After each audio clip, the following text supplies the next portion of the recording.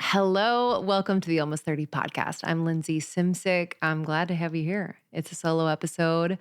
I am a few days out from my 37th birthday, and I am just over 1 year postpartum.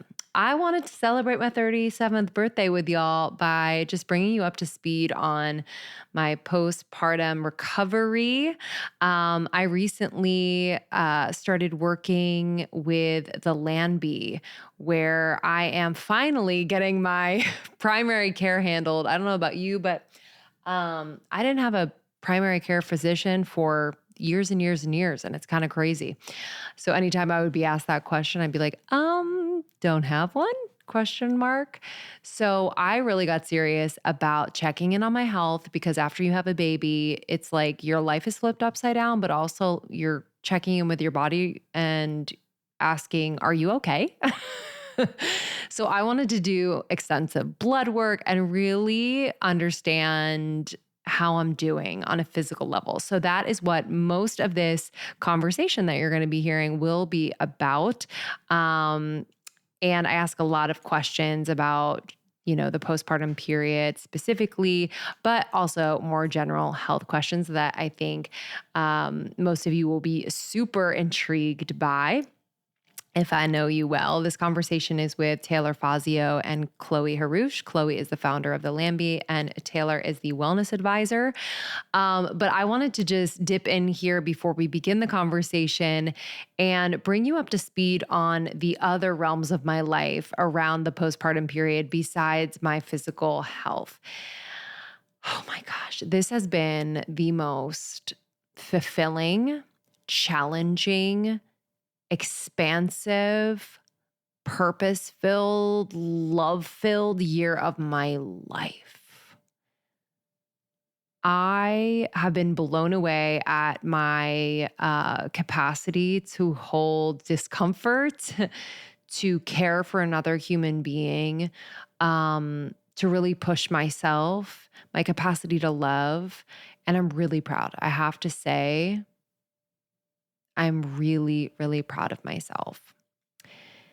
And I am also surprised by just the things that have humbled me, like to my knees.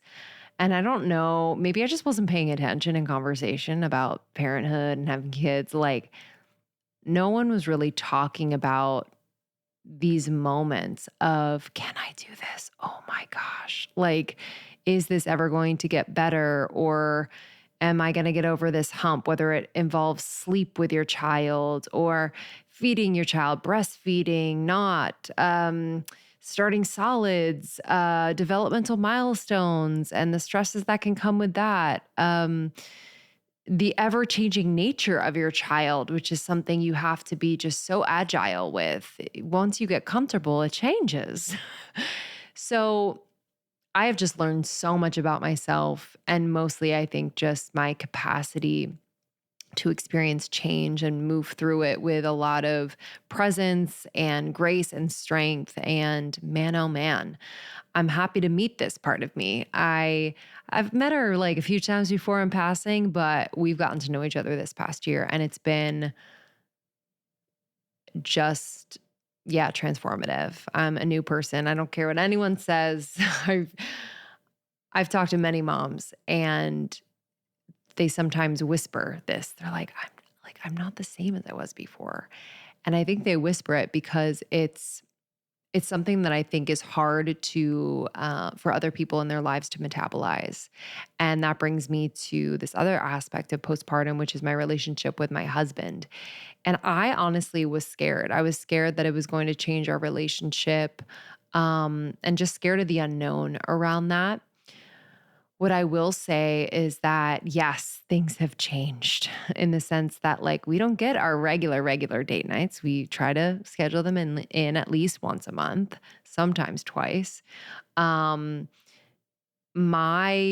priorities, though I try to keep him, number one, number two, like, it is so hard with a baby who needs me all the time to prioritize my husband. And so that's been a juggle and a struggle, but he's been so understanding. And I also have been mindful of that shift and just wanting to check in with him and how he's feeling as well. Um, I think one thing that's really helped us is to have weekly check-ins. That's been really important in this postpartum period because my mind is everywhere. The mental load is insane. And so to be able to check in with him once a week, usually on Sundays, we pull a card from this like oracle deck that we have and we just like have a conversation, check in with one another. What's working? What's not?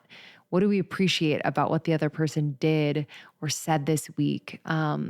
Is there anything that we need or desire that we haven't expressed? Just really going through and taking stock of how things are flowing, and that's been so, so helpful. And doing so without judgment, without criticism, without resentment, and just knowing that like we're both going through a lot of change and adjustment. And yeah, that's really helped to keep like the love and the respect and support within the relationship.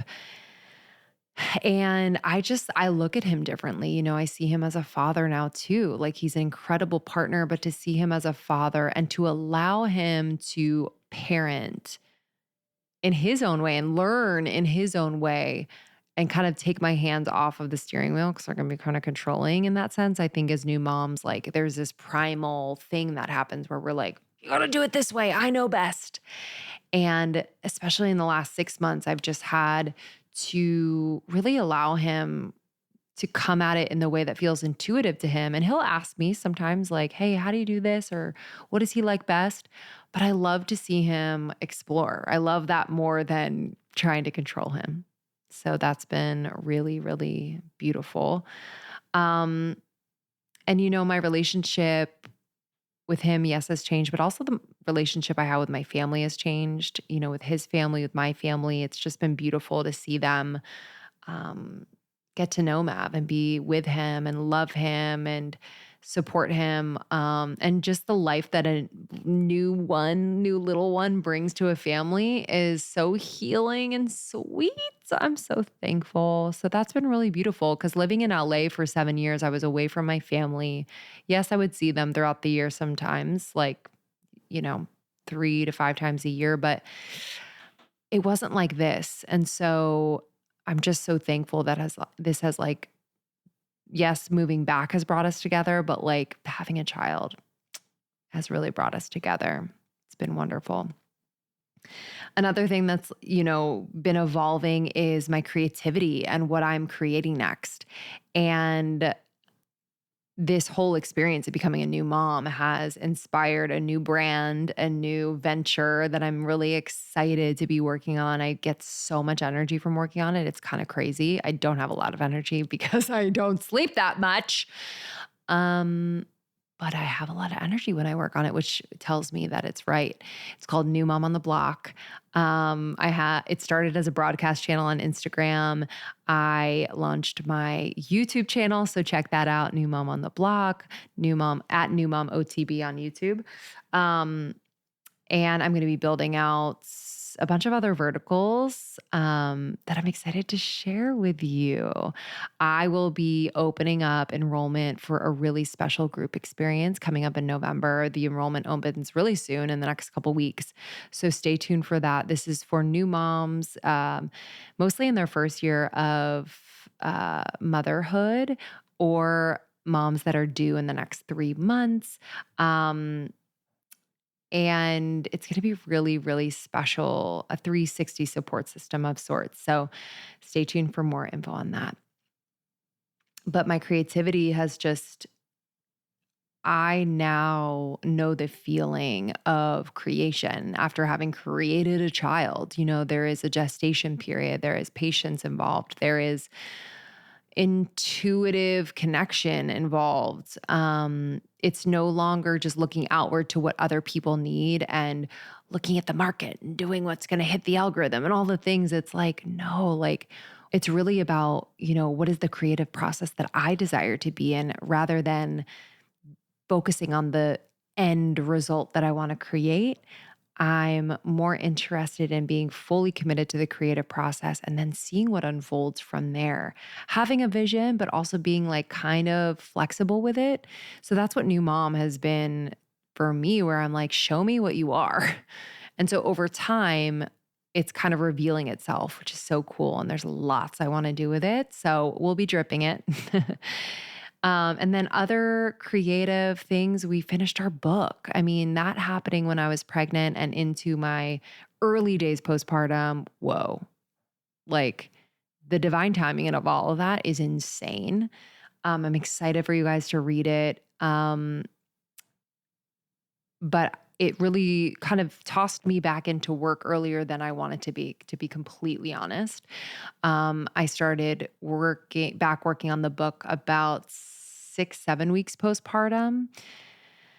And I brought on our nanny, who we still are with now. And it was really early, and I just felt like, oh my gosh, kind of resentful, but it ended up being such a blessing. We obviously finished the book. We're so proud of it. And the fact that we have our nanny, Nicole, from that early on, I just see the bond that Mav and Nicole have. And I'm so grateful. I can trust her. She has endless amounts of energy for Mav and loves him dearly. So, um, I've learned in that I do need support. I can't do it all on my own, especially if I'm going to be a working mom as well. So, just in this first year postpartum, leaning on my support system, asking for help, it is so important. It's something that doesn't come naturally to me. I'm a control freak. I want to do everything my way and on my own, even if it means I'm so tired and I'm like spent and whatever.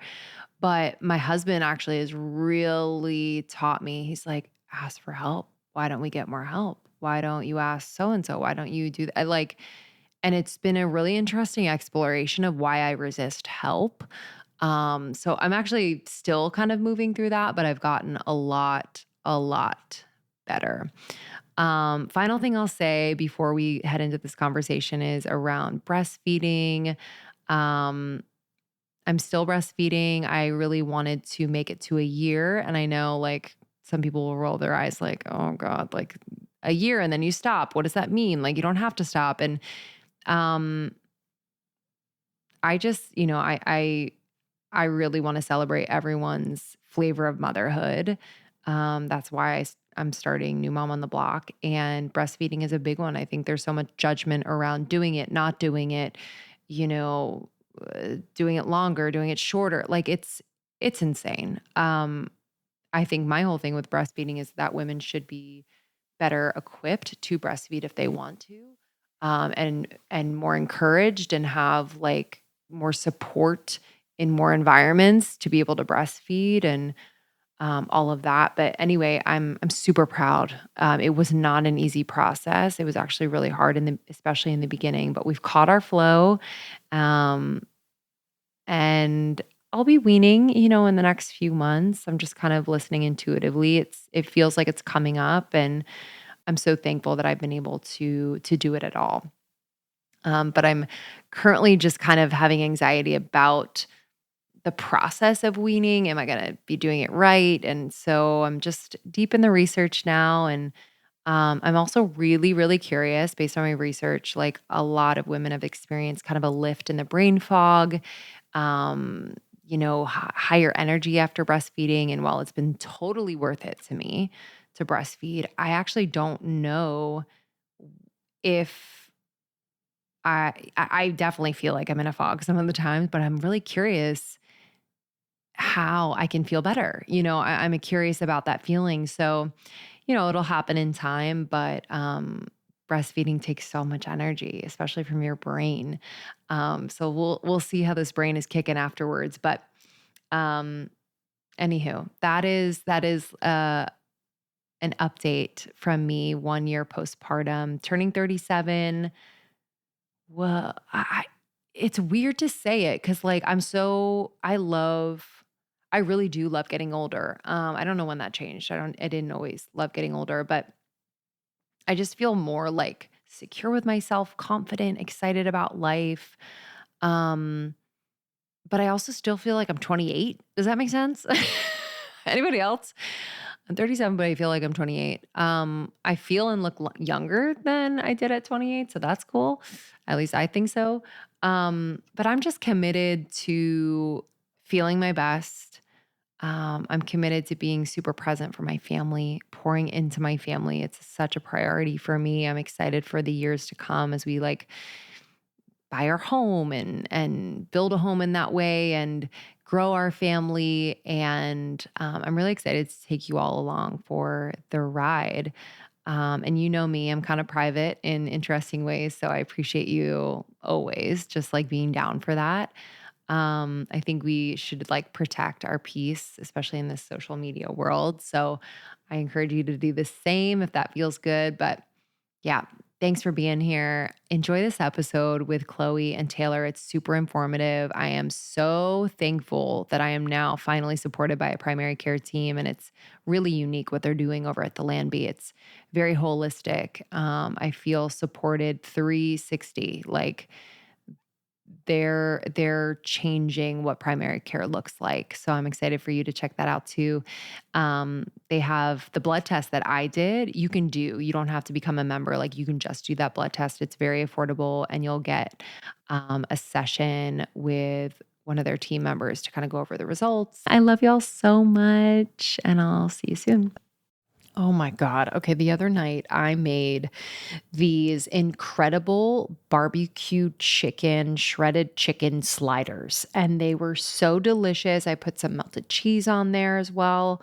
And I think the star of the show of this dish was the Hawaiian rolls. Okay. Anybody just start salivating? Hawaiian rolls are like some of my favorites carb. And Hero Bread is doing them perfectly, honestly. And Hero Bread does bread perfectly. And I'm so excited to introduce you to this brand. I'm so glad I found it. They have fluffy, delicious, amazing textured bread with no net carbs, 0 grams of sugar, and fewer calories. Plus, it has protein and fiber. Honestly, like, does it get any better? These Hawaiian rolls specifically, they're chewy. They're fluffy, and the taste is like this nutty, yummy taste. I just can't describe it. I finished the bag in 2 days. I also love their flour tortillas. I've been making wraps, and I am very picky about the texture, like the consistency of a flour tortilla. And wow, it's made with olive oil as well, which I love. They just do it right. I'm so excited about this brand. Can you tell?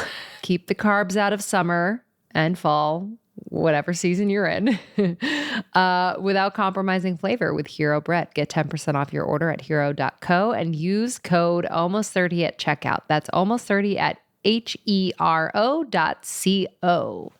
Get it. Enjoy. This episode is brought to you by IQ Bar. Oh, this is my bar of choice, baby. I actually had another bar the other day from another brand, and I was like, oh gosh, this like doesn't eat, this pales in comparison. IQ bars are amazing. They are diet friendly, brain boosting. They're a great add to your routine before a workout, for a little breakfast. I mean, I love them so much. They're chewy, they're yummy. They satiate me. Great for grab and go. It's low carb. It has plant protein and no crap in it. A lot of bars have crap, and I just love these bars. I love the banana nut, and I love the lemon blueberry, but there's so many flavors. You are going to be obsessed and find one that you love, probably more than one. I also love their IQ Joe mixes. So these are mushroom coffees that are packed with magnesium and lion's mane, which is an adaptogen that helps you to focus. And I just love this coffee because I don't get jittery. It's just like a really smooth bev. It's awesome. And they come in little like packets, so it's easy to take on the go as well. So IQ Bar is it. Love them. Start each day right with IQ Bar's brain and body boosting bars, hydration mixes, and mushroom coffees. Their ultimate sampler pack includes all 3. So get 7 IQ Bar flavors, 4 IQ Mix flavors, and 4 IQ Joe flavors. And today, our listeners get an exclusive offer of 20% off plus free shipping when you text ALMOST to 64,000. It's so easy. I know you have your phone right near you. So that's ALMOST to 64000. Do it right now. All right, y'all, enjoy. Okay, cool. Okay, so we were just talking about, I was like, girls, what do you have for your morning beverage? Because I feel like I am like many different personalities with my morning beverage. Yeah. What's and happening? it'll depend on if I've worked out that morning, which I usually do. But always before working out, I have a little bit of water. Okay.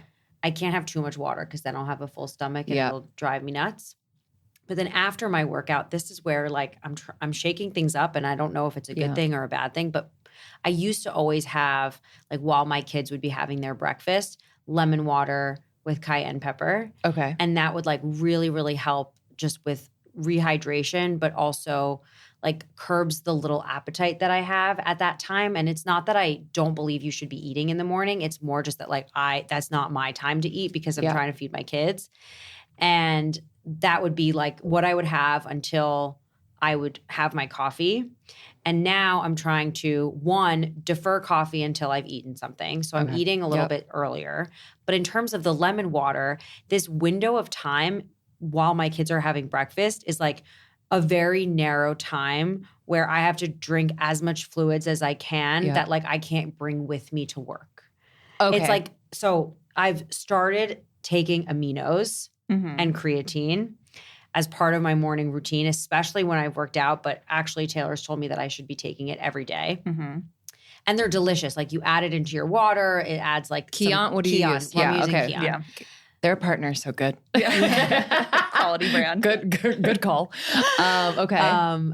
And so I have it in like this, 36-ounce water bottle, and I'm like chugging it down. But like, then I'm also trying to say, should I have my lemon water before this, after this? But then I end up like not having time to finish anything. Yeah.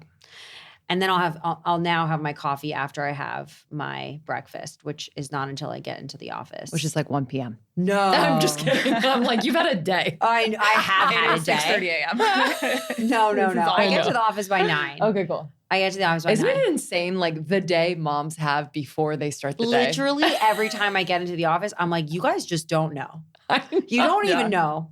Like, you think that I'm strolling in here and that like I have all my shit together. And meanwhile, like, I just went to war. Yeah, 100%. I think that's like, that would be tattooed across my forehead is like, you don't even know. Yeah. Like, to my husband mainly, where it's like, he changed a diaper yesterday, which he does. But like, now Mav is wrestling us. And he was like, the look on his face was like, I'm not okay. And I was like, oh yeah, you don't even know. Yeah. Every day. This is all the time. All day. Not even going to go there. Okay, so, but you don't feel good about this, or you feel good about this? No, I'm just like confused about like where the lemon water should fit in, if it's like even important, like if it's just some like fad that I've held on to because it makes me feel good and makes me like start my day with the right, like, good habit, like on the right foot. You know what I mean? Like, I think more important than anything is just that sort of like, today is going to be a healthy day. And usually actually on weekends is when I say, fuck the lemon water. I just want a coffee, and I deserve to have my coffee whenever I want it, but the week is like sacred routine. Yep, I feel that. What would you say? I could say we drop the lemon water. You're doing a lot of fluids, and I'd rather you not curb your appetite, move breakfast up, and have like a really souped up hydration moment with the aminos. Okay. Like, I love that. And talk to me about, because we've talked about aminos on the podcast, but I guess just as a reminder for people, why are you taking aminos now? So for Chloe, we're doing creatine and aminos. Essentially, creatine is really good for brain health. I don't want to break HIPAA, but Chloe essentially has a gene that makes her predisposed to Alzheimer's. So we're really doing like all the things within her control to make sure that risk goes down. Sure. Creatine being one of those things. And it kind of just makes you feel good. Okay. I do aminos in her morning routine too, because if I can get any like protein or protein byproducts for her early, I will do it. Because as she's talking about, not having coffee first thing is so good for women, like having it food and then coffee. So I'll break even with like a little amino moment. So, and that's first thing you're recommending for people. Okay. Yeah. Great. And I feel like, and you can speak to this, it makes people feel better because you're almost like a little bit more hydrated and you're repleting what you lost at night. And your energy goes up, and then you can face the 500 challenges your kids want to give you for the day. Yeah. Okay. And the lemon water, people are still sticking to it because it's What is the benefit of lemon water? Mostly, I would say it's for digestion, which I think would be more strategic for Chloe in this example, but I'd take it or leave it. I love how we're talking about me as a patient. I know, I like it. No, I do love it. I love it. I was like, tell me more Why about do me. you think I founded the Lambi? Yeah. Literally. We're at the ready to You're serve like, can her. I come in? Do you have an opening? Okay. So I'm really excited to be chatting with you both. Chloe, you are the founder of the Lanby, and Taylor, you are the wellness advisor at the Lanby. And I recently became a member and have started my journey kind of. Admittedly, this is something that I was like, I'm kind of ashamed to admit this, but after polling all of my friends, nobody had a primary care physician or experience at the ready for themselves, which shocked me. But like also, if I really think about where we are now in terms of like how far we've swung into the wellness holistic realm, which I'm so grateful for, I also feel like that swung us away from kind of having our team of sorts. But just thinking about traditional Western medicine, I'm like, I don't know if what I had prior years and years ago, I'm really vibing with anymore. So when I met you and learned about Lanby, I was like, whoa, this is really fascinating. And this is exactly what I'm looking for. And I think a lot of people are looking for. And I recently did testing, which I haven't had blood work in quite some time. I haven't had a physical in a really long time. So I did all the things. So I'm excited to talk about that later in this conversation because it's 1 year postpartum for me. And I was really just curious how my body was faring. But I would love to just start with your story, Chloe.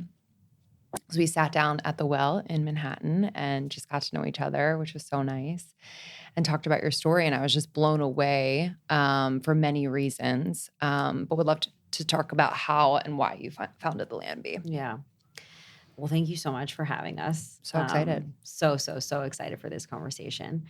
So I founded the Lambi really because I, wanted to create my perfect doctor's office situation. I was 23 years old when I was diagnosed with breast cancer.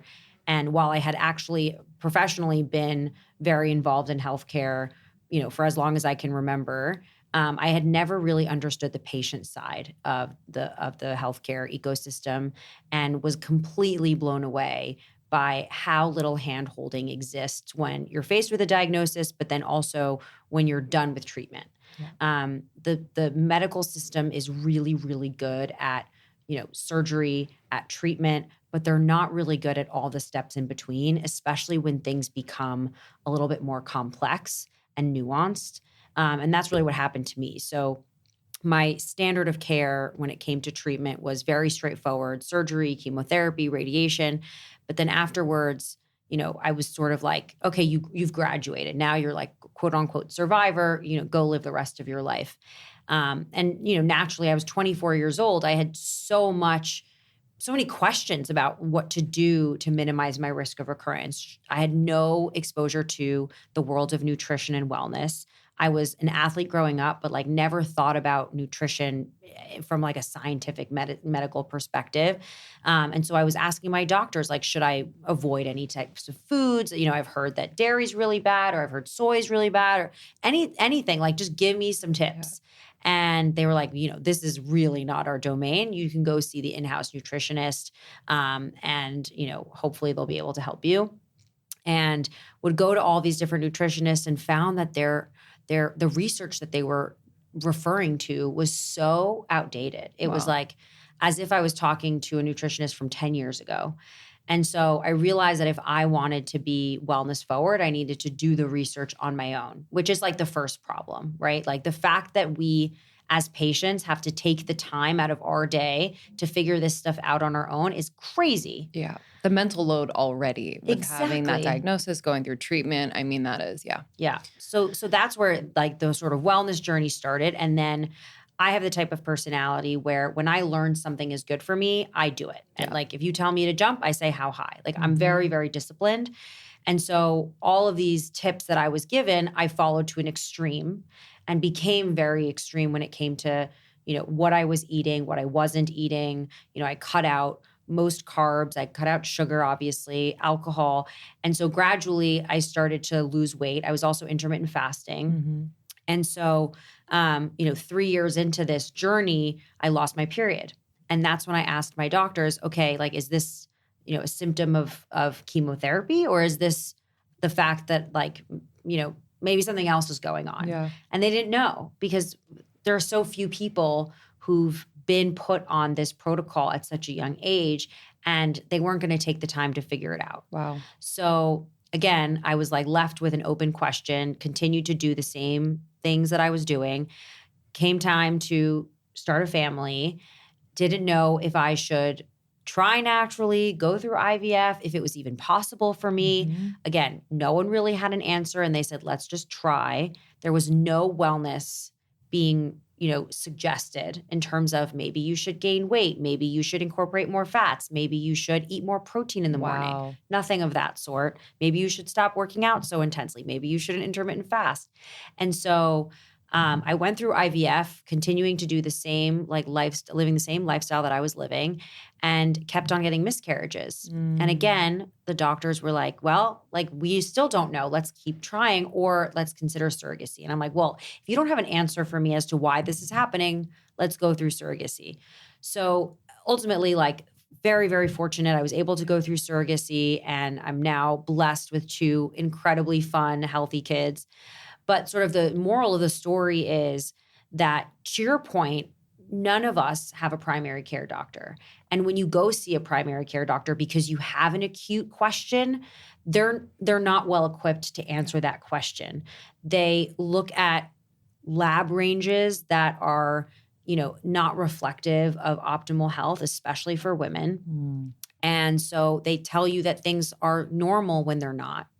And so you end up leaving that very, very short, maybe it's 5, maybe it's 8-minute visit, so dissatisfied with the experience that you say, why am I wasting my time? Like, already they made me wait in the waiting room for 45 minutes just to see the doctor for 5.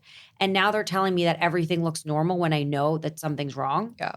So screw primary care. Let's turn to the wellness industry. And that's where things get a little bit dicey, because we're putting wellness into our own hands. We're playing doctor. We're using WebMD to supplement from the clinical perspective. Or and we're we like end looking up, at social media and being like, Exactly. oh, I think I have that symptom, sort of. Exactly. Yeah, let me buy that supplement. Let me spend $150 a month and hope to see my gut health improve. Yep. And so the end result is we're spending a lot of money on wellness. We have no idea to what extent it's working. It's all subjective. And yet we're seeing an increase in chronic disease, in autoimmune conditions, in infertility. And the healthcare system is saying, like, well, we don't know. So ultimately the goal was, let's make primary care actually useful. Let's make it relevant within a generation of people, men and women, who are motivated to take control over their health and look at their health holistically, and really provide them with that support that they need to be able to actually execute on all of the sort of 360 recommendations that we're making. Because it's easy to just give you a care plan and say, okay, now go do this. Right. It's hard to actually make someone change their habits and understand why these habits are important. Yes. And so for us, it's as much about educating our members and empowering them to live, the healthiest version of themselves. Yeah, it's a great point about the wellness industry, because we're in it. Like, we've been in it for so long, where we're interviewing people within the health, wellness, spirituality space. And I think this happens often in history, where, like, we swing so far, for a reason, right? I think we were kind of caught the other way. And so many of my friends and people I know are kind of suffering or trying to figure things out about their health in silence, because, one, they're not getting proper blood tests, and they're just kind of trial and erroring all these products and lifestyle choices and whatever, and, like, really running themselves into the ground trying to figure out these health issues. And I also feel like brands,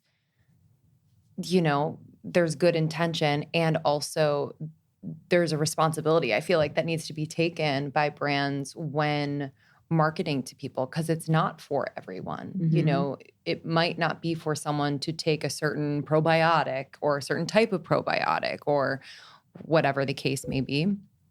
So I think to your point, it's complex. There's a lot happening. And what I loved about my experience at the Lambi thus far is just this, it's like the analogy I felt like I just walked in and like everything was kind of handled for me. Like I could just lean back, which is really nice. I can ask all my questions, but also know that like the team is kind of taking care of things that I would normally have to manage in my brain, which is like referrals out. You know, I need to see a dermatologist soon just for my checkup. Like I'm going to get a referral for a dermatologist. That will be scheduled. Okay. And, you know, all of these things that I feel like we get overwhelmed by and just say, you know what, I'll do that next month, are taken care of, which I just feel like I haven't seen that before. And it's necessary.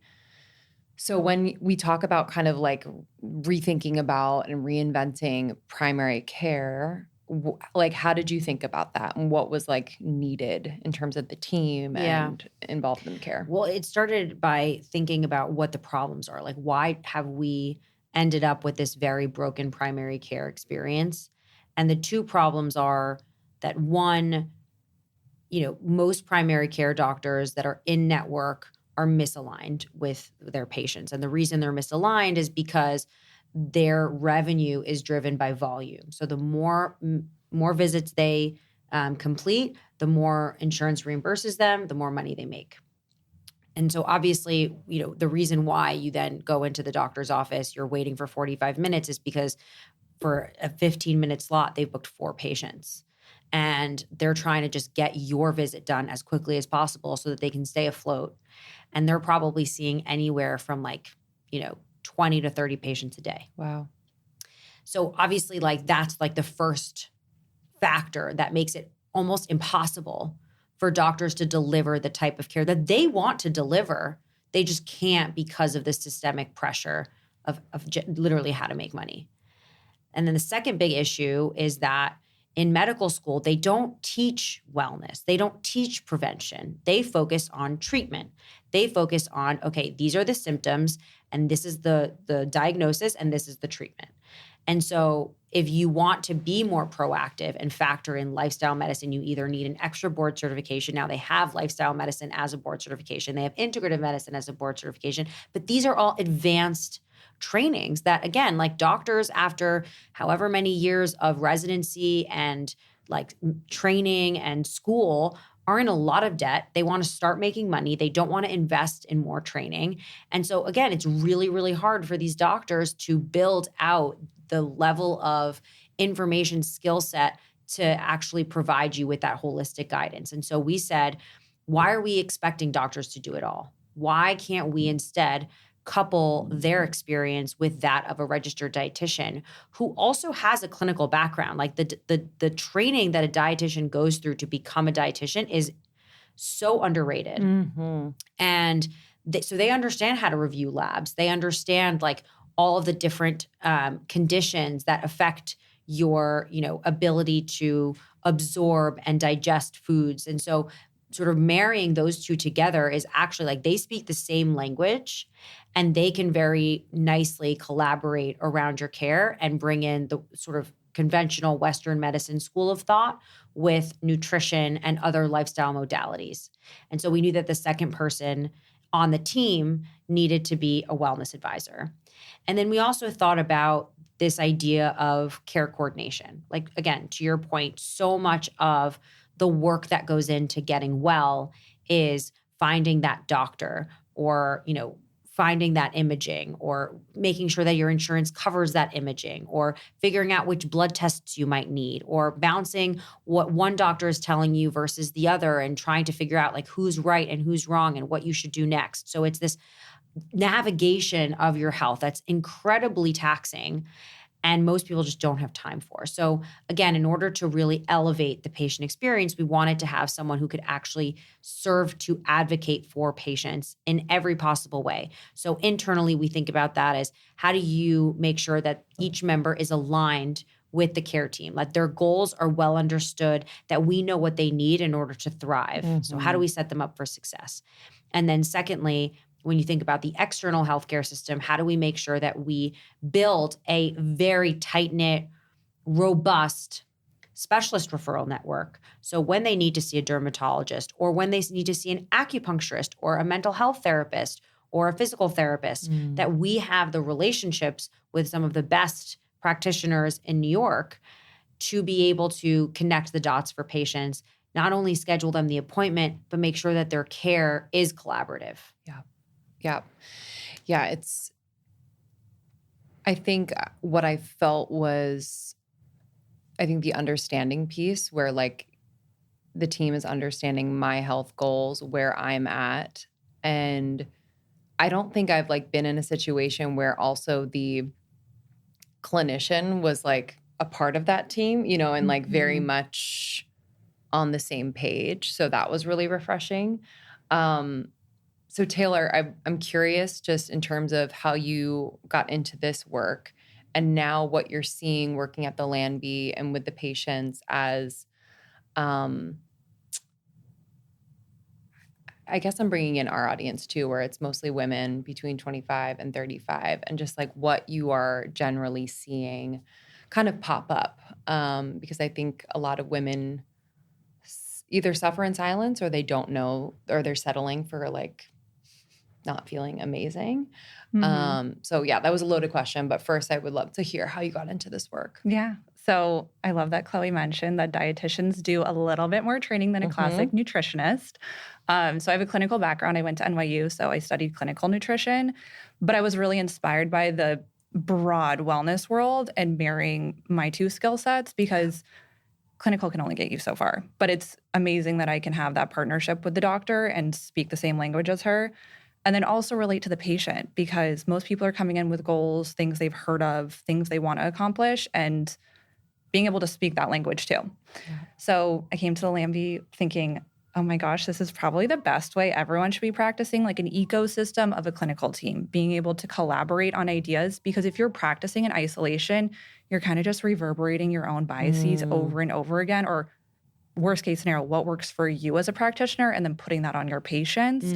So having a sounding board of a doctor, a PA, another wellness advisor, it creates, I truly believe, the best patient experience. So patients come in with, I'd say, anything under the sun. Like we have people with complex chronic conditions, we have people wanting to optimize, and everywhere in between. But speaking to your audience of women who are just seeking care because truly they don't have time to do, as Chloe mentioned, the myriad of research that is required to figure out what exactly is going on. And I think as you experienced in the baseline visit, it's 40 minutes of you have the floor. You have the floor to tell us your story, which if you listen as a practitioner, usually you can kind of start pulling the threads on what needs to be focused on. Hearing their goals, meeting people where they're at, and then also coming in with a little science, which is my favorite part. And that's where the labs come in. We're strategic about labs. Everyone gets the same baseline lab, so we can have a foundation of what's your cardiovascular health, what's your metabolic health, where's your nutrients at, and how are your hormones, and let's go from there. So I would say women are coming in suspecting they have something like PCOS. Like I've seen that online. What can I test for to kind of dive deeper into this? Or just blanket, I think I have a hormonal imbalance. And we're like, what hormones? And they're like, I literally don't know. Let's talk about it. And it's a conversation that I think isn't afforded to most people. And so I've gained so much experience just seeing the doctor's practice and then marrying that with nutrition, movement, sleep, supplements, stress, and kind of combining that for like what I think is the best patient experience. Yeah. So it's kind of a marriage of all kind of practices in one. Yeah. And the baseline blood work. So can we kind of high level talk about what that covered? Because also the Lanby offers just the blood work panel for people if they don't, like as a separate from the membership, if you just want to get blood work, which I think is just a great way to check in with what's happening. A lot of people, again, are trying supplements, things that they don't know if is right for their body, the levels happening. So, what does the blood work cover? Yeah. So we offer just the lab. So essentially, as you mentioned, it's just the lab panels and then a 45-minute visit with a clinician and a wellness advisor. The labs cover nutrients. So we do full spectrum vitamin D, magnesium, zinc, B12, folate. So most things that you can test in serum. And then we do hormones. So full thyroid panel. So not just your TSH. So I know probably your audience is educated that TSH only tells you so much. We look at your antibody levels, your free T3, T4. We look at your sex hormones, so your estradiol, your testosterone. So that applies to both men and women. We look at your cardiovascular health, so full lipid panel. We have an ApoB, which is kind of a more nuanced approach to cardiovascular health, Lp(a), your inflammation markers. And then we also look at your metabolic lab, so your fasting insulin, your A1C, kind of just like full spectrum, like throw the net out there and see what can get picked up. And again, in a strategic way, like we pick these labs very intentionally, but it can show the average person, as you said, like what's working for you. Like you've tried all these things. Like, are you even absorbing the supplements you're taking? Or I don't think I have a problem. I just want to double check. It's a nice way to kind of confirm that also. And in the visit, we go through every single line of the labs. And I think what's different about that are reference ranges are just between like the 2nd to 97th percentile of an average American, which doesn't mean that if you fall into that, you feel great. So we have our own ranges that are optimal ranges, which we'll tease out and explain to patients and what the heck the labs even mean. So like we'll start at an RBC and they'll be like, what is an RBC? And so we're all on the same page. So it's very educational. And then mostly what to do with that information. And that's where the wellness advisors come in and say, okay, based on what you told us, what we're seeing, here are some recommendations. So it's very thoughtful and we can do a lot in 45 minutes. Yeah. I mean, it was so thorough. And we'll go into kind of what I learned and what I'm implementing. When you did your labs, do you do them on a regular basis? I like to do them every 3 to 4 months. Okay. Yeah. And has anything like shocked you? Would love like a little anecdote about maybe something you discovered in the labs and then what you did to kind of correct it. So the fact that I hadn't gotten lab work when I was going through my whole infertility journey was sort of the biggest mistake that I made, because it made me continue on a path that like if I had known where my lab stood, then I wouldn't have continued, living that same lifestyle that I had been living. So the reason why I ended up going through with surrogacy is because I ended up seeing a functional medicine doctor who actually is the founding physician of the Lambi, and asked her to do like a complete workup on me. I was like, what is going on?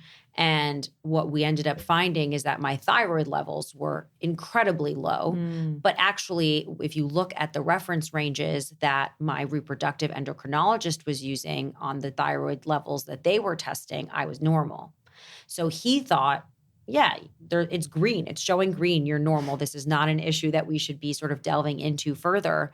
But from a optimal, health perspective, I was deplete. And the thyroid depletion actually has been linked to miscarriages. And the reason why I was deplete in my thyroid is because my body was in such a state of stress from all of the quote unquote wellness that I thought I was doing. The intermittent fasting, the coffee on an empty stomach, the restricted, eating. And again, like I would never have said to you I had an eating disorder.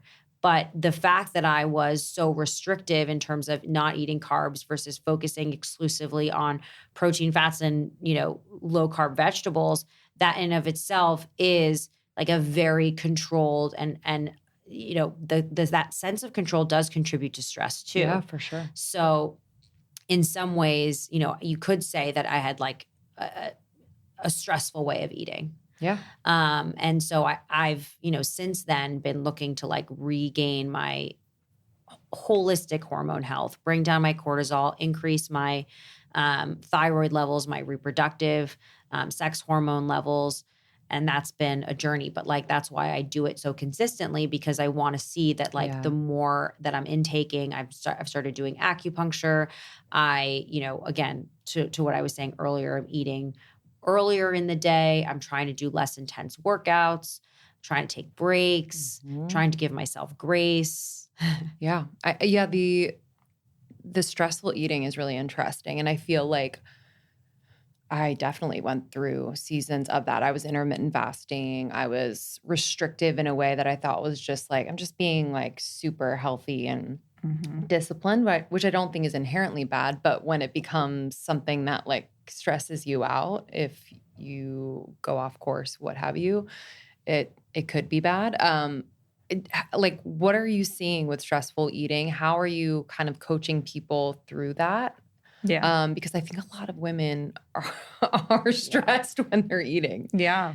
There's this like binary too that you have to unravel of like what's good and what's bad. Because once you, for example, like intermittent fasting, you break your fast too early, then you're inherently bad. Like that causes so much inherent stress. Right. And so making sure that your beliefs are aligning with your actual values of what you're trying to accomplish. And again, that takes a conversation. So if you're fasting because you feel better in the morning doing it, that's one thing. If you're fasting because you saw it online and you think you should and you're having an aesthetic goal perhaps, different story. But no wellness modality should cause stress. That's like the antithesis of wellness.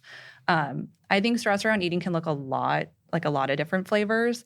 One is just stress about being perfect. And I think that's what we see with people with a lot of gut health issues. They're pulling every lever possible, but that stress in and of itself has this crazy negative feedback loop, and they're actually causing more gut health issues.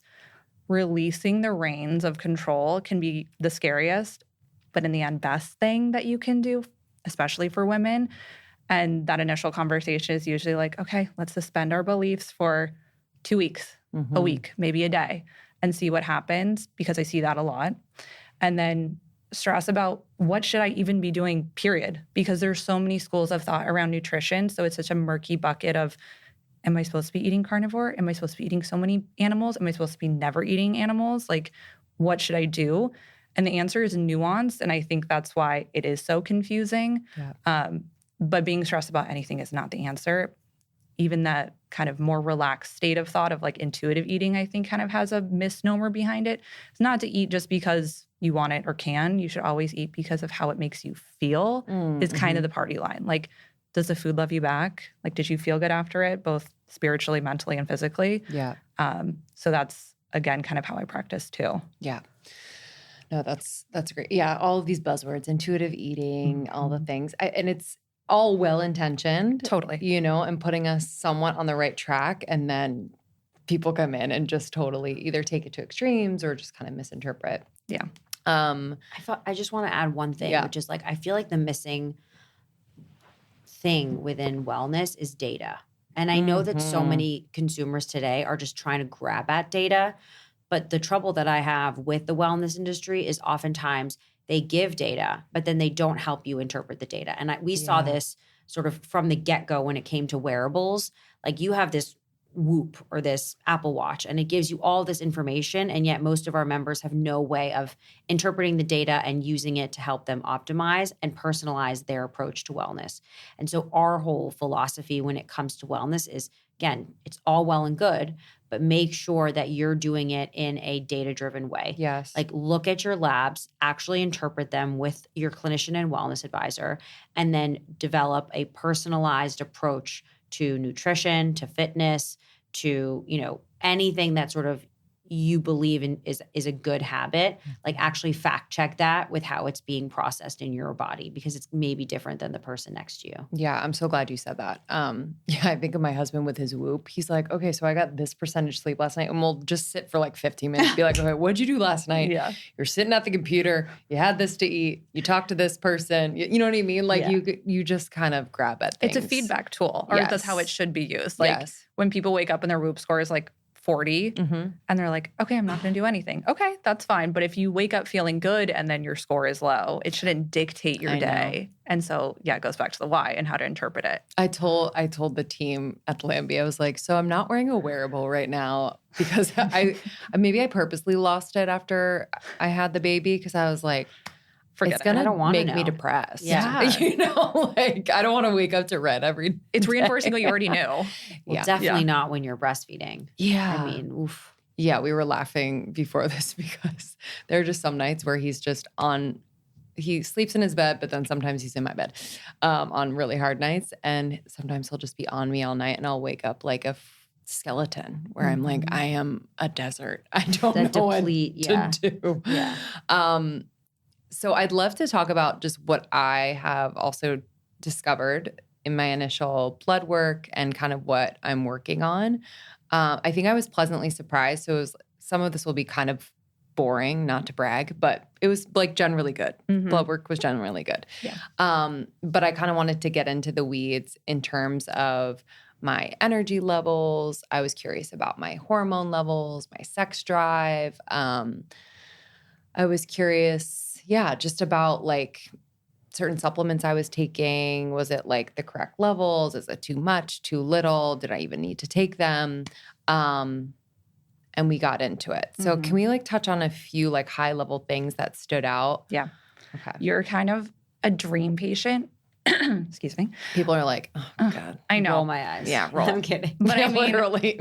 I think it's a perfect example of you just needed a sounding board to confirm the things that you were doing were working. So, and I guess you being postpartum is a perfect example too of like, you need a ton of confirmation that are my hormones all over the place? Like, am I super deplete in nutrients?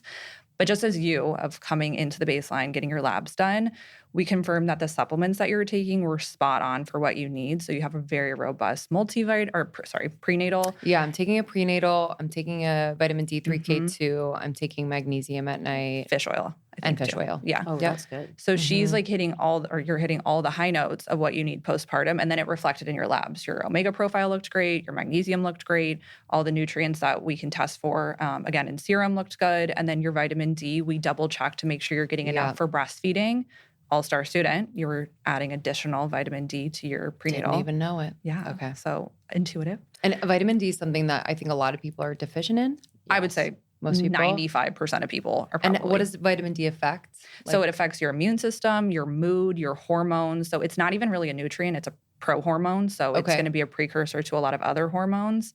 I would mostly say immunity. So either through sunlight or through supplementation. And unless you're above or below the latitude of like Long Beach, California to Georgia, you're not getting enough sunlight in the year. Okay. So that's all of us New Yorkers and probably all of America, except for our Floridians. And so supplementation is so key. The threshold of what people need is a little bit tricky. We normally recommend a maintenance dose of like 5,000 IUs. For breastfeeding, 6,500 is the key. And you're hitting, I think, 6,000 right now, which was gorgeous. Okay. Gorgeous. Yeah. No, we were literally checking all the boxes. We're like, okay, Lindsay's good in the hormones, which is like sort of hard as a practitioner. We're like, oh, she's perfect. What do we say? So I guess what am I, because I guess for people who are wondering about their hormones and they're going to get their labs and check it out, but I guess what would I be doing that is helping my hormones? Yep. Because I can speak to it, but I actually don't know what I'm doing that is affecting my hormones. I would say your diet stood out as so well-rounded and intentional to the point to make you feel good and replete, again, what you're losing through breastfeeding and in this season of your life where your protein needs are astronomical. Yeah. And you're also needing to kind of recover from birth, which is a marathon in and of itself. And postpartum is not just, I think, what conventionally is 6 weeks postpartum, which is crazy. It can be up to 2 years, if not longer. So you're still in it of like all your demands through food. So you have a really good breakfast, your lunch, dinner, your snacks were super intentional. I love that you consume animal proteins that are it's super like, high it's quality. a lot. Yeah. And I think it's like trendy now, like protein, animals back. I mean, I was like vegan for a hot sec. I was vegetarian and not to knock it or anything like that. But I do notice a difference in how I feel. My body really responds to animal protein. So just to give like examples, in the morning, I'm getting like my eggs. Maybe I'm even, if I had like salmon the night before, maybe I'll add like some salmon on it, just like getting creative with how much protein I can get in there, especially in the morning. Lunch, I'll have like a salad, but like double protein. Say I get a sweet green salad, I'll like do double protein or something like that. We did talk about the fact that I do need to increase my fiber. Yep. So I'm going to be focusing on because I feel like the emphasis on protein has kind of made me like step back from as much veggies as I was having before. I'll have them, but like it's not like my I don't know. main focus. Yes, exactly. And I think that dovetails nicely into the other side of your labs that you weren't at optimal yet, which was your hormones. So postpartum specifically, thyroid is kind of in this rocky road of finding equilibrium post-baby. Yeah.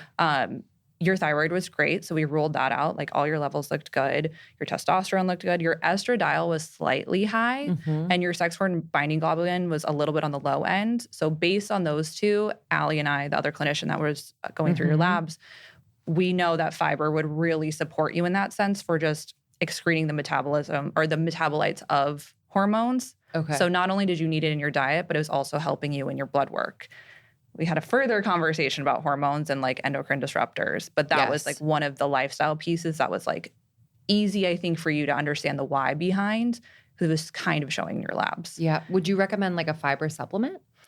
It depends on the person. I think for you, Okay. you could do, I always go like, how far can I go with food? Yeah.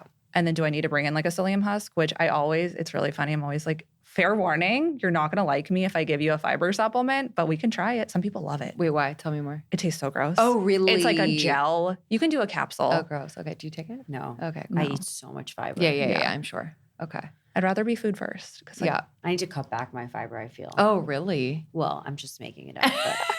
But I really, because to your point, like I've tried to incorporate more protein, which means that you need to like have more room in your stomach for it. Mm-hmm. And fiber takes up so much room. Yes. You know, like all those veggies fill you up so fast. Yeah. So Do you I do don't mostly blame cooked veggies or? I love cooked veggies, but I do a lot of salad too. Yeah, totally.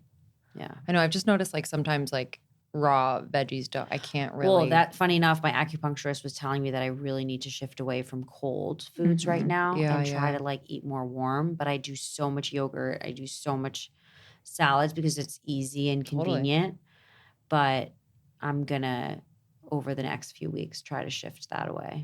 Why would someone do more warming foods, Taylor? It's just good or for you? like circulation. Yeah, okay. and- Digestion. Yeah. It's a lot easier to process. Yeah. Like cooking in and of itself is like a digestive process to the food. So it's like the first start place. I see. And I think for women too, not to like make this all about postpartum, but like warm foods postpartum is like key. Yeah. Like in many other having like the woman stays warm. Like we're in having first them in 40 days. First 40, Yeah. exactly. Like you're in a warm room, warm foods, soups, broths, things like that. And I think in general, especially if you're dealing with hormonal issues, it's good to kind of double down on the warm foods. I love the blend of TCM and Western medicine because I'm like, they have a point. Yeah. Like Yeah. it's a real thing. And warm foods and like from your acupuncturist could just be a specific type of food, not necessarily even the temperature. Sure, So, sure. Okay. Yeah. Okay. So hormones. Oh, the endocrine disruptors. Yes. We're looking at that because. So we were thinking that it might have had something to do with your estradiol and Right. SHBG levels. And so we know that you're really good. Like you've crossed your T's, dotted your I's with a lot of things. And the one thing was just your coffee that we were like, Yeah. maybe we can switch that up. Coffee is probably one of the gnarliest and most exposed plant products that we drink most often. Exposed to Pesticides. Yeah. Yeah. It's And mold or no? Super high in mold. Okay. So if it's organic, doesn't necessarily mean mold free, but we're in the step in the right direction. Sure. And I don't think we were drinking a Yeah, I won't say the organic. name, but Yeah. I was having coffee that I love the taste. And I add bulletproof, the Mhm. bulletproof MCT oil. Yep. oil powder. Yep. And I add a collagen. I want to ask you something about that in a second. Yeah. And I would have this certain coffee, but it didn't say organic. And we were like, is it organic? I was like, wouldn't they say it's Yeah, organic no, if of it was course they would organic? say it's organic. Yeah. So now I'm drinking, and this is not sponsored, but they are a partner, Keon's Coffee, Mhm. which is organic, super Oh, I didn't clean. know they had a coffee. Yeah, it's good. It's really, And it's grinded Mhm. already. So, What do you think of Keon's protein powder? I'm obsessed with oh, I Keon. haven't had it. They take such good care of the quality of their products, like even to the coffee or any of their supplements, they're batch tested. So it's not just like broad spectrum, let's throw a dart at this calendar and when are we going to test things? Like Yeah. every single batch is like quality insured. Oh, wow. So I love Okay. that. I didn't know that. I'm not sponsored, but you know. Yeah, I know. I'm here. but- I'm here for you. I'll send this to them. Okay, so I'm doing that now. Yeah. So that might have something to do with, you also said that like just living in New York, like we're just exposed to so much. The party line is it's impossible to be free of Free. chemicals. Yeah. Like we could live in a bubble and be free of chemicals or maybe even not at that point. It's about just like removing the biggest offenders. And Like I think the Ziplocs. I Yeah. know. You know, No like, I love a get- Ziploc. I know they're the most convenient things in the world. I'm like, what do you want me to send my kids snack in if not I Ziplocs? know. But they have those Stasher bags. Yeah, the stasher bags are Yeah. great. It's just the reusables. Totally. Yeah. But I think for you too, we're also trending your labs to see, is this just a postpartum thing? Because Yeah, okay. everyone is different. Maybe that'll naturally go down. You're still breastfeeding. Typically, estrogen levels normalize within 6 months, but maybe for you, you are naturally just at the higher end of that. And that's totally fine for your body. So we kind of tried to pull levers what was most obvious without making you feel like, oh my God, I have 18 things I need to overhaul my life with. And I have a baby and a life. Like, Yeah. it's about being realistic. So Yeah, it was super manageable, and it was just nice to kind of like connect the dots between the labs and what that really meant, like what the actual number meant, and then what we could kind of take a step towards in order to improve it. Was there anything else that stood out? there was one other forget. thing was Yeah. your electrolytes. And Oh, I know right. breastfeeding, you're losing so much water, lights, all of that. Yeah. And we kind of just co-signed the electrolytes that you're currently taking were the right ones for you because of your sodium, magnesium, and potassium balance. Like, it looked great. And in the threshold that we needed it for you. So that, again, was just more like, keep on keeping on. So I basically said, I was like, I'm nervous because I do drink quite a bit of Element in a 24-hour period. Because I'm breastfeeding, but also because I just love it and feels good.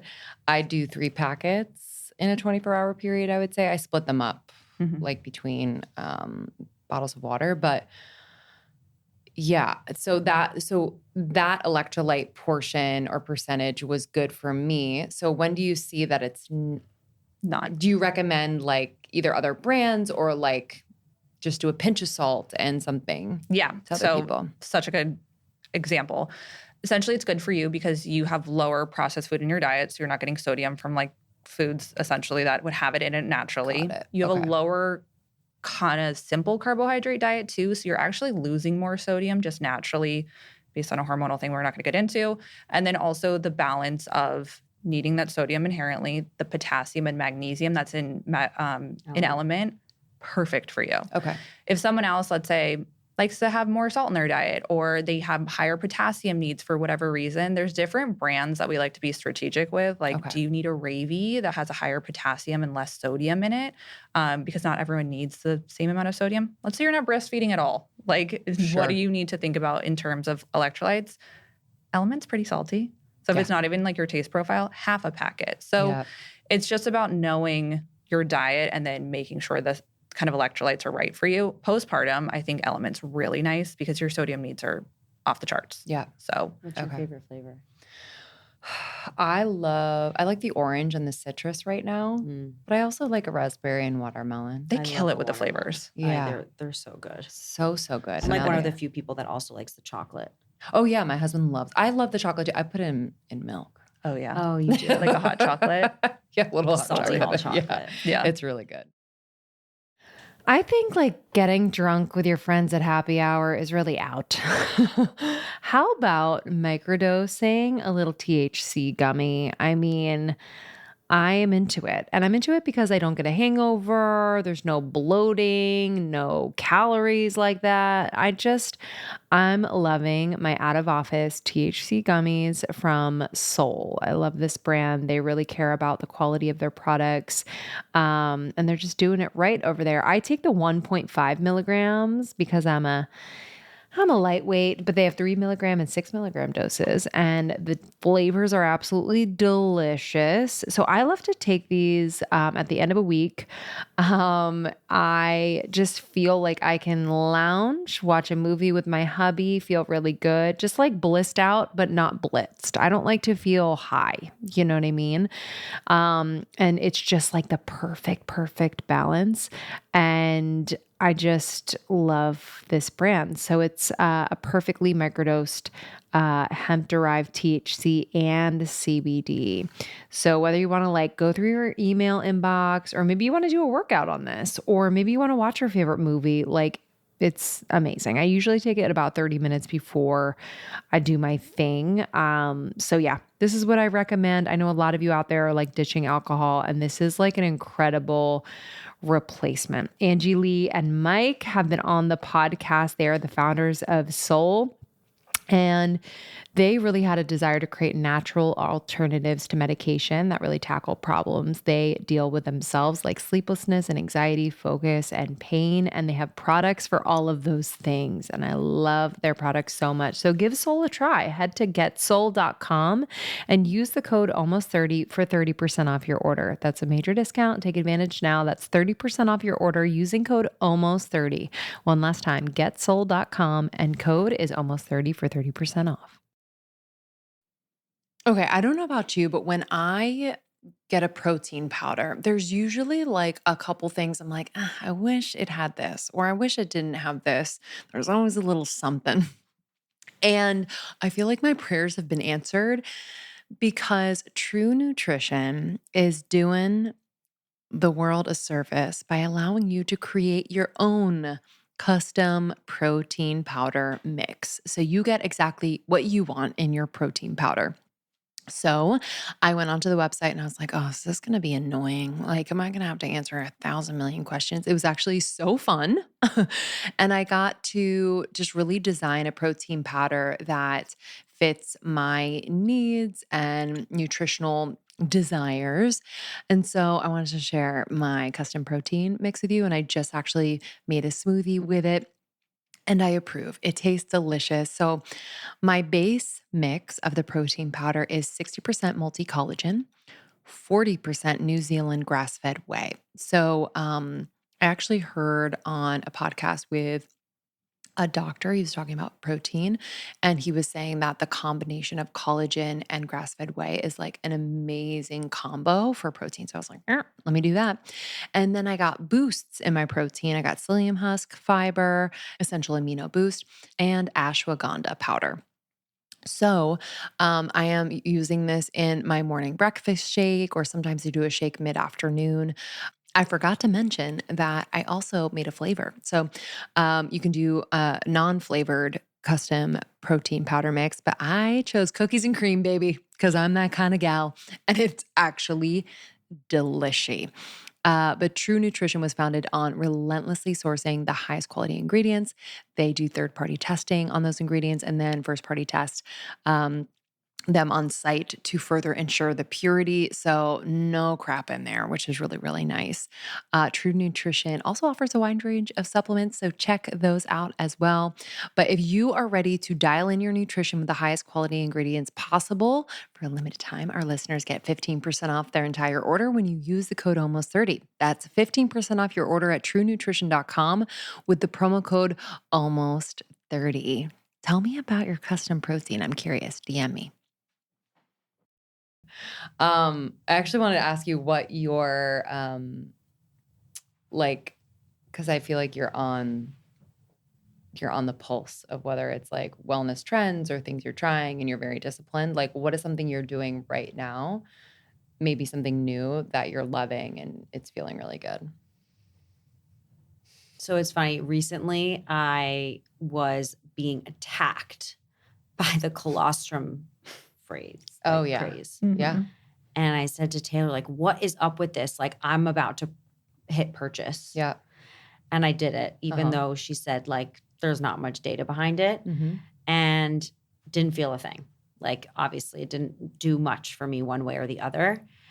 The one thing that has changed my life, and like, I cannot believe I didn't start this sooner, is the magnesium citrate. Mm-hmm. I'm like so mad at you for not having told me to do this sooner. I'd argue that was one of my first recommendations. It was, but I never followed through with it. I never followed through with it. Okay. And I've been having like, I don't know if like constipation is the right word, but I'm not consistent about going to the bathroom. Yeah. Like if I'm rushed in the morning or just like doing a million things and I don't prioritize it, like my body will just be like, you know what? No, we're not going to the bathroom. Yeah. It'll shut down. You know what I mean? Mm-hmm. And I just needed like the extra push, and magnesium is that push. And now I'm like so religious about taking it at night and so grateful for it. Sorry, just on the magnesium citrate, why? So I get confused with magnesium. There's so many different forms. So the one Chloe's taking is for bowel movement specifically. It Got it. essentially just like pulls water into your intestines, makes it a little bit easier to pass stool. Glycinate is kind of like your Swiss Army knife. It's good for everything, Okay. mood, not necessarily sleep, but just meeting your nutrient needs. If you're looking one for sleep, magnesium threonate because it crosses the blood-brain barrier, or it's perceived to. And then oxide is completely not bioavailable, so we don't absorb it. Just causes like a bowel movement. So that's like if you are traveling 3 days and you haven't had a bowel movement, it's like throw the kitchen sink, magnesium oxide. There's so many forms of magnesium on the market. So it's really good to make sure either if it's a blend, which one is in the highest dose or which one you're looking for whatever you're using it for, essentially. Okay. Yeah. Great. Okay, so magnesium So citrate. Was magnesium. there another one that you were going to say? I have also become obsessed with the wellness formula. I have been sick so many times this winter, and I was just like, I'm done. Like, I don't know what's wrong with me. Like, I'm so healthy. Why do I keep getting sick? Because obviously it's for my kids. Like, every time my kids get sick, I get sick. But for some reason, my husband seems to escape every cold. How? I don't know. I do not know. It literally keeps me up at night. So I've been taking, anytime I spot a runny nose, I start taking the wellness formula. What and is it's like this? I actually don't know what it's- it is. Oh my God, it's amazing. It's like a multivitamin. You can explain it probably better than I can. I don't know all the ingredients, but it kind of hits the high notes in every single nutrient that you need when you have a cold. There's like NAC, quercetin, there's vitamin D, vitamin C. I think the brand is Source Naturals, but fact check me on that one. Okay. It's usually in like health food stores. Yeah, or you can actually order it on Amazon. Yeah, Okay. it's really nice. Okay. Yeah, so now I just Done. have like the big one that I just keep in my kitchen for any time I'm about to get sick. And it actually works. Like last time my kids got sick, I started taking it instantly and I developed like a little bit of a minor runny nose, but like not at all Really? bad. Like, and like the last few times I was knocked out. Wow. I know. Okay, so taking it at like first. So it's like, you're supposed to take 3 in the morning and 3 in the evening if you are trying to battle a cold. I think if you're just taking it for maintenance, it's probably 3 a day. But obviously I was trying to fight something. So I was doubling up. Okay, this is good. Okay, the wellness formula. Yeah. And Okay. it's not expensive. Great. The other one that I've started doing is also a fish oil. Just because like it's so important for like, regardless of how much fat I'm eating, like I could always use more omegas. So I'm happy with that. I don't feel a difference yet, but I know it's good. And I'm not concerned about it. And then inositol is the other one that I recently started because, to what Taylor mentioned earlier, I recently was on a continuous glucose monitor that I was, checking sort of with Taylor around like what foods I was sensitive to. If you haven't tried a continuous glucose monitor, I think it's like one of the coolest wearables to do. And it's a 2-week sprint basically of trying to figure out like what you're sensitive to, what spikes you, how to, pull some lifestyle hacks to actually bring your blood sugar down. And I'm very sensitive to legumes. So like lentils, chickpeas, but then I also am weirdly sensitive to peppers.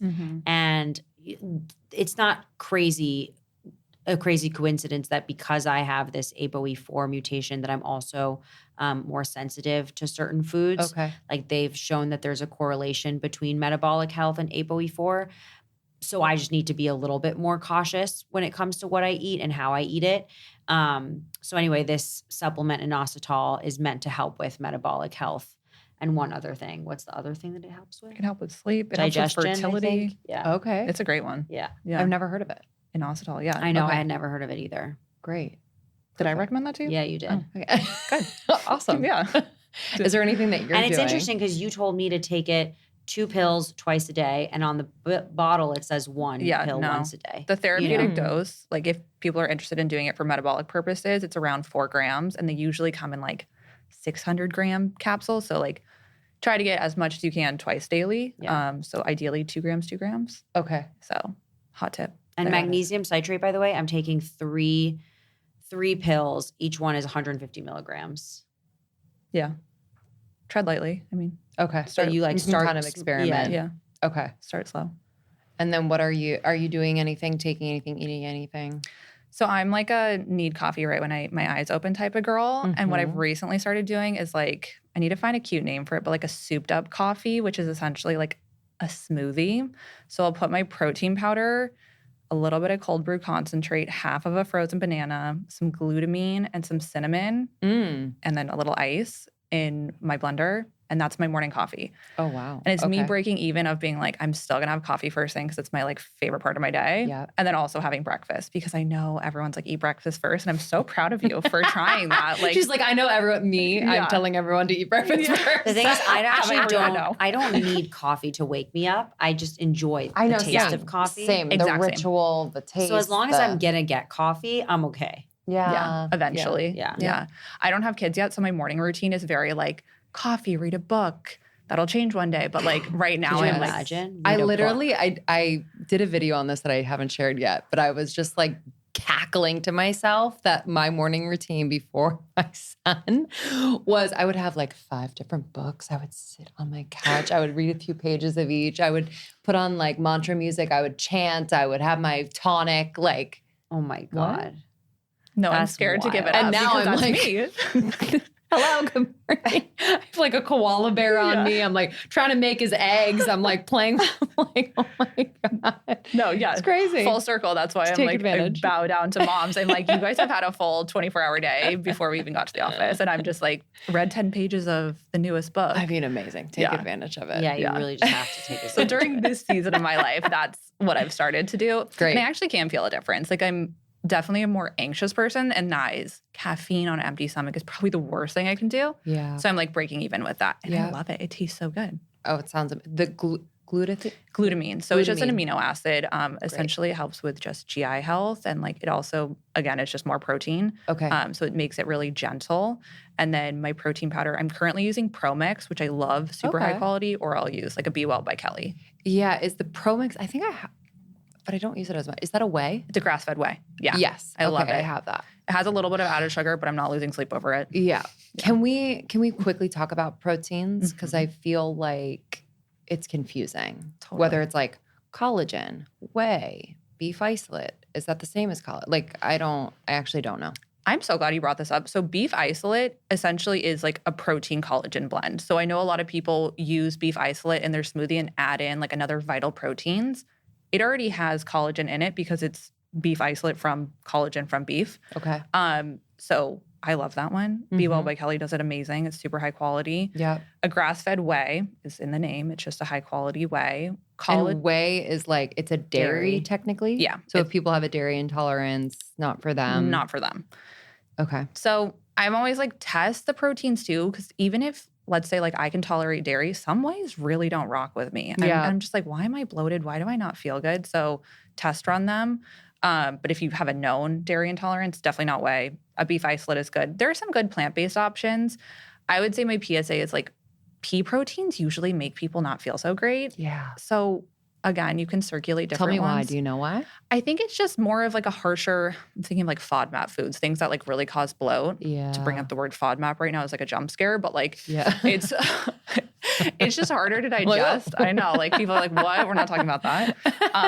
But there's other ones like I think Sprout Living makes a really good pumpkin seed blend. Great. Tolerates really well. There's a ton of magnesium in pumpkin seeds. I feel like pea protein is freaking everywhere for a bit. In everything. Well, because it's very efficient. You get a lot of protein and it's not that caloric. Okay. I mean, how often are we eating peas in real life? And is it Never. cheap? Yeah. I never eat so pea cheap. protein. Think about peas. Like you can get like a pound bag of peas for probably, I mean, I'm speaking unintelligently right now, but like probably super cheap. Yeah. I don't know about the pea protein. Okay. So other options for plant-based ones. And then collagen is in its own camp. I love collagen, like postpartum and during pregnancy, collagen it up. So I heard something the other day and I would love, let me know if you know this. I put collagen in my coffee. Someone talked about collagen reacting with coffee. Like denaturing in the heat or with basically acidity? Making the collagen benefits ineffective with coffee. I didn't want it to be true. Because I'm like, I mean, with my new cold brew, a smoothie moment, that can't be true. I know. I mean, okay. I would have to look into it, but I imagine, I've always wondered if heat denatures the properties of collagen because I have a lot of people do that, which no, that's fine. So I'm wondering from the acidity, but I'll have to look into that. That'd be so I sad to heard hear. from like a skincare girly. Yeah. Interesting. Yeah. I'm kind of on the tip, but I'm not doing Botox anymore. So collagen all the way. I mean, your high protein diet is probably the best way to keep your skin amazing, which it looks great. Okay. Yeah. That's good for people to know. And why is that? Because of the collagen? Because of the what? Ton of amino acids, a ton of collagen, depending on what type of proteins. And like you're capturing so many nutrients too. So you need vitamin C for collagen production. Yes. So you can get that through plants, of course, but like protein and your skin go hand in hand. Okay. Yeah. Okay, great. It's so funny because like I feel like I've heard a soundbite years ago that was like, eat animal products and age quickly. Oh, I know. Do you know what Or I mean? that it was like, we don't need as much protein as like everyone thinks we do. Yeah. Yeah, it's confusing. So like just to kind of loop back, I do think it's important to have that data and to also have the team kind of come at this information without the, I don't want to say biases, but like soundbite culture of the wellness industry that I think could be really, really confusing. Yeah. I think it's just nice to have a sounding board where you can say, I heard this. Yes. Can you help me figure out whether or not it would be a good fit? Exactly. You know, and that's part of the reason why, like, when she's throwing out all of these product recommendations, like what works for some people may not be the best recommendation for someone else. But the only way to really gauge that is let's look at where your labs lie and let's help you prioritize, because otherwise you're just like throwing spaghetti at the wall, hoping that something sticks. And that's no way to spend your time, your energy. You know, it's not the way that wellness should be approached. Yep, I completely agree. Completely agree. Was there anything else in my labs that I think we covered everything, but just wanted to make sure? By the way, I'm so impressed that she remembers everything. I know. Like I was like, I don't know. I don't Did have you my labs even in front like? of me. I didn't no, I just did a chart note so I can remember. Wow. No, I think otherwise, like your cardiovascular labs looked amazing. And that's another one postpartum. Like cholesterol levels really are not that relevant until a year postpartum, especially if you're breastfeeding, because they're just going to be kind of in flux. Okay. But those look good for you. Your inflammation markers look good. Nothing that was like negative. But again, I think it was, and we knew this when we were talking during your baseline, like, let me reconfirm what I'm doing is really right for me and working in the way that we want to. And yeah, you kind of got the gold star. We were like A+, Lindsay. Thank you. Yeah. And I think maybe it's because now I have a kid. I'm like, I did have a sense like maybe in my 20s and early 30s where I just felt like I'm good. I'm so healthy, which I am, right? Like I take care of myself. But I think to have this confirmation, to have the data, to have my blood work was like a peace of mind and also like just directive and things that I could be kind of looking at that I really needed. And as a mom now, like I don't know. Like I don't want to wake up one day and be like, wow, I could have seen this in my blood work years ago and maybe tended to it. I think that point is so important too, because if you don't have a baseline of when you're feeling good, when people typically go to the doctors when there's an acute thing going on or a life-altering event, and you don't really have a trend to assess it to, like, were you always this way or did this XYZ in the last 3 years change all these variables? So Such a good point.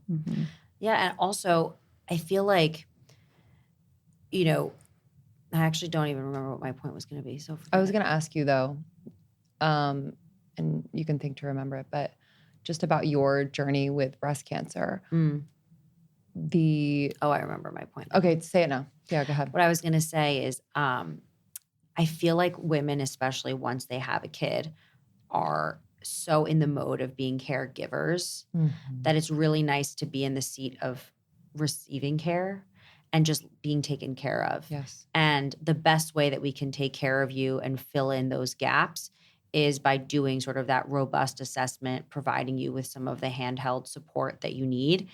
And I think so many women just say, it's not about me right now. I need to be giving. I need to be selfless. It's all about my kid. It's all potentially about my husband. And I think that women are like just so undernourished in this stage of their life that we almost like need to force them to take action. Yeah, could not agree more. I was telling the team, I was like, I think my like discomfort and pain tolerance is much higher now. Yeah. You know, like I can do so much with either little sleep or just like running on fumes. And so it's kind of distorted. Like feeling good is a little bit distorted for me right now. That's also why I wanted to come in and do this and like just understand, okay, am I feeling good? Am I not feeling good? Is there anything I can do to feel better? Because I feel like I'm, you know, we're super moms at times where we just kind of fight through. And I think we almost feel stronger when we don't seek help. Yeah, I know, it's weird. It's so weird. But it's so nice to just have, to have the support and to have your hand held. And if nothing else, if you are out there and you're like, yeah, I really want to understand what's happening in my specific body, get the lab work done. Yeah. And it's really affordable. Your insurance will cover it. We have a discount. Almost 30 is the code. They go to the Lambi.com. Yeah, it's the Lambi.com, just the Great. labs. Great, just the labs. And the code is, almost 30. I would also say that, like, you know, when you're going through this process of getting your body back and sort of like reclaiming your health, I think so many people assume that postpartum equates to just like extreme weight loss. Yeah. And even the way in which we go about weight loss is so antiquated. You know, it's like literal starvation. And that's like the worst way to lose weight because one, it actually is much harder to lose weight that way. You know, we've seen so many women postpartum who just by increasing their protein intake and starting to eat more consistently, they actually shed the weight, and doing more gentle movements and just like sort of again, doing the antithesis of what they thought was the way to lose weight 10 years ago when they were in their 20s. It's so different.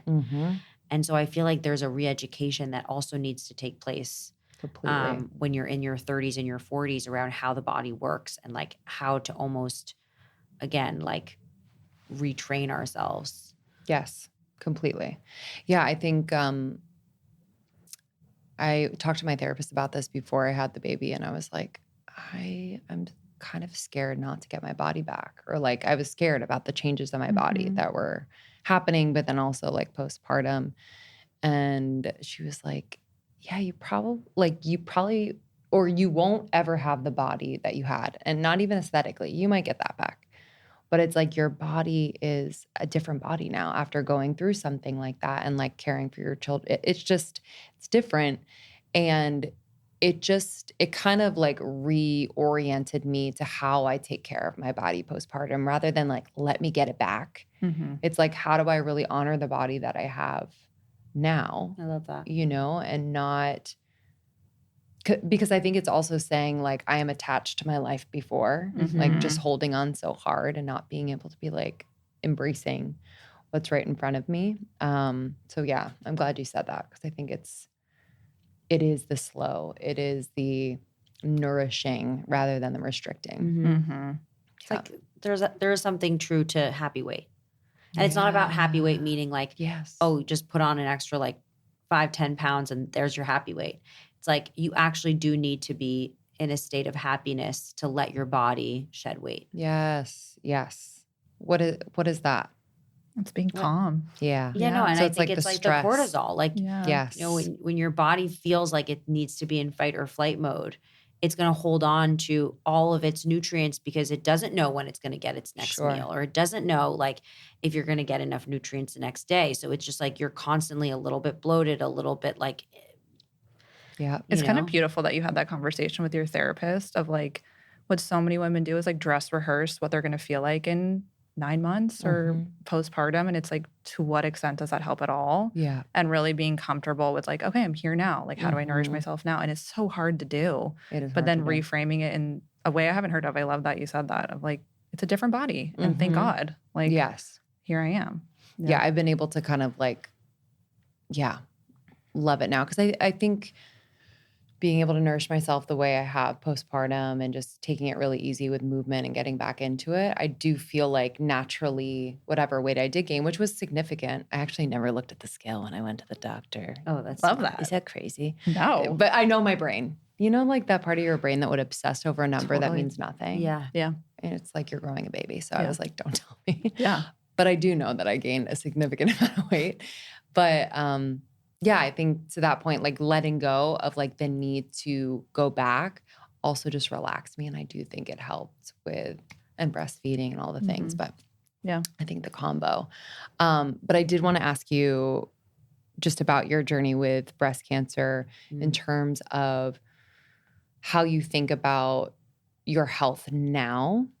Is there anything that you do now specifically related to that diagnosis Yeah. back then? I think what was your And next is this question? something that you have to, do you get a mammogram every year? No. Okay. So because I did a double mastectomy, I don't need to do any screening, imaging. Okay. I do blood work, Great. both at the Lambi, but also with my oncologist. Mhm. And in terms of lifestyle, I would say the biggest change is trying to minimize sugar and alcohol intake. And sugar, like for me, that's part of the reason why it's like so important to do the CGM and like see what actually spikes my blood sugar, because it's very possible that like I could eat oats and it doesn't spike my blood sugar, and then I eat peppers and it does. So like trying to figure out what those particular things for me are. Sure. And then of course alcohol. Like I am actually someone who loves the taste of alcohol. Mhm. So trying to be a little bit thoughtful and intentional about when I have my drinks. Yeah. What does it look Um, like for you now? A dirty martini once a week. Yeah. It's like I look forward to it. I love it. I really enjoy it. I used to always have it with gin, but recently I heard that gin is actually more processed than vodka, and Okay. so therefore is more of a toxin. So Mm. I'm trying to now switch to vodka, even though I said I would never touch vodka after after college. So there's that, and yeah, I would say like I exercise pretty consistently, but I'm not a savage with exercise, but I'm consistent about it. Yep. Okay. And I just wanted to touch on the alcohol thing again. So obviously we know alcohol is like bad for us, but was there anything specific, I guess, related to? It's bad for us because of the like just toxic component, but also because of what it does to your blood sugar control. Got it. Okay. So like I found that when I was on a CGM, anytime that I would have alcohol, obviously like my blood sugar would just plummet at the end of the night. And like, that's never really great, because then it just jumps back up, and that like volatility isn't Sure. great. But also the next day, anything that I would eat, regardless of how, metabolically healthy it is, it would still spike my blood sugar. Like Wow. I would have the things that normally keep me stable, they Yeah. would spike. Interesting. And so I just, again, I'm more conscious of it now when I drink, that like the next day I have to even be more thoughtful about going on walks and just like getting my body moving. Got it. And pardon my ignorance, but is there a connection between your blood glucose levels and any cancer in the body? Yeah. It's Okay. like sugar is, and that's why they say like metabolic health is the precursor to all like chronic disease, but also like the biggest causes of death. Mm-hmm. Wow. Right. Okay. Like there's the diabetes, which is the obvious one, but cancer and brain health are like two other really big ones. I'm not sure as much cardiovascular health, but I'm Directly sure there is. linked. Yeah. Yeah. Okay. So because I have now this risk of Alzheimer's, which honestly scares me more than cancer, and then also cancer, I feel like the sugar thing is really important. Sure. Are you having any sugar? No, I do, of course. I mean, I would say I never have added sugar in like my regular meals. Sure. But like you'll have like a cookie every once. Yeah, exactly. Yeah. Dessert. I love dessert, but like again, I'm like, okay, I'm having dessert. Yes. It's not like, totally. oh, put some honey on my salmon. I can't stand when there's added sugar in like Yes. a meal. Yeah. Like I'm the same way. that shouldn't be where I'm getting my added sugar. Totally. Okay. This has been really good. I feel like this has been like like nutrition therapy. We've gone all over it, but I'm actually thankful. People love these types of episodes where like I know they're walking away with like a little notebook. Love it. So just to review, so I'm going to be sharing more of like my experience now having a primary care physician and full team. Just, because I think it's really good to, I think, understand the balance that I'm experiencing because I swung so far to the holistic, and just very much recommending to people to get your labs done. So whether it's with the Lambi or elsewhere, but the Mhm. Lambi, we have a code almost $30 for $50 off, super affordable. And you get a 45-minute consultation with the lab work. Yeah. So the labs go through your insurance. The consultation is what's out of pocket through the Lambi. Great. Amazing. Thank you both. Yeah. Thank This you. has been awesome. I Yeah. appreciate you. No, thank you so much. And honestly, this was such an important conversation because to your point, like wellness is so important, but it's about how we approach it and how we make it sustainable. Yeah. And I think that the healthcare system has a lot of catching up to do, but it's about finding that perfect marriage of the two to make it effective. Yeah. Agreed. Great. Amen. All right. Thank you all for listening. We'll see you next time. Bye. I mean, how do I not hit this? I know. I'm just like, what do we do with you?